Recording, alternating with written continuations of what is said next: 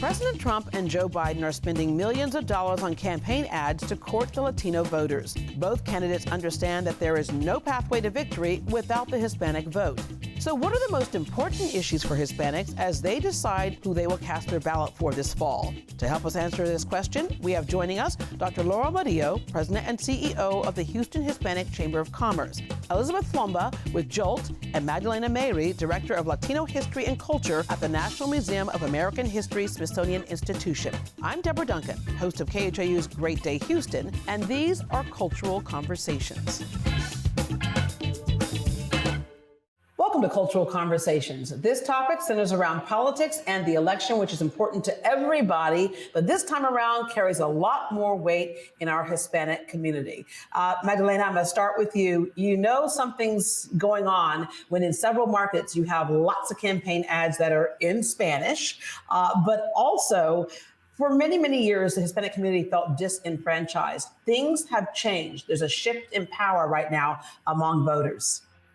That is exactly correct. The Latino voter is probably the one that's going to define the election, according to some news outlets.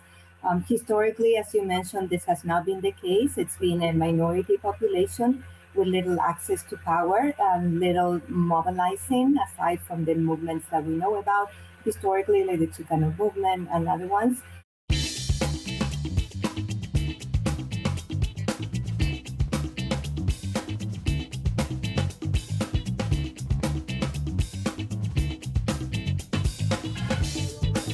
I was talking to Luis Miranda, and he said that one of the things that he would do is talk to politicians and educate them on the Hispanic community. And he was surprised at how they thought it was just kind of one big block and idea. And he had to really break it down and say, we don't all think the same because we're all different. We come from different religions, different cultures, different experiences. We don't all think the same. And that's one of those things that oftentimes what happens with minority groups is that we're kind of put into one lump sum. No, we are absolutely not the same. And you have Republicans, Democrats, Independents. And the truth is that it's a very dynamic community. And if you are from Miami, you are likely Cuban. If you're from Texas, you're likely Mexican. And so every state has their majority, minority, if you will. And it's important as politicians are looking at the landscape is that they have people on their team, Deborah, who represent diversity. A record 32 million Hispanic voters are projected to be eligible to vote in November's election. That's up from 27.3 million in 2016. This election will also mark the first time that Hispanics will surpass Black voters as the largest racial and ethnic minority group in the electorate by accounting for a little over 13% of the eligible voters. In 2018, two-thirds of all Latino eligible voters came from just 5 states. California with 7.9 million, Texas at 5.6 million, Florida with 3.1 million, New York at 2 million, and Arizona rounded out the top 5 with 1.2 million. I just heard somebody the other day say, well, you know, among Hispanics, probably the number one issue is illegal immigration. And I thought, well, it might be important to some, but a lot of people who are Hispanic are not here illegally. And I think that's another thing. There's a stereotype that comes in there, right? That you're going to think one way or everybody is in one group again.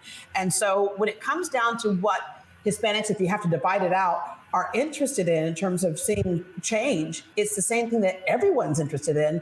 And it's about humanness, right? It's about healthcare, affordable healthcare. Can I have a job, right? The same things that everybody's thinking about.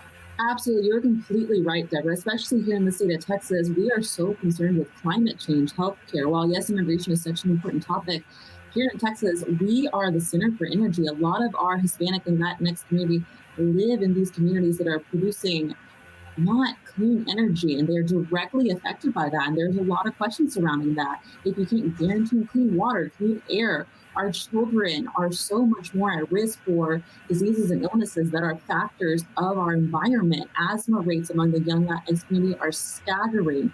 And these are topics that our community is genuinely concerned about. Magdalena, casting a vote is one thing, but actually being on the ballot is another. We have seen more Hispanics running for office. How important is it for younger generations to see themselves not only being able to vote for somebody, but in that seat of power? Absolutely. I think that is absolutely critical, Deborah. And I think it's critical that we teach that part of our education system incorporates the stories of achievement by Latinas, by Latinos, and look at them as true role models. We know of the people in Congress, we hear their names all the time, but we have Sonia Sotomayor in the Supreme Court. That's really groundbreaking. And it's allowing many young Latinas to look up and see that the Supreme Court is a place where they belong.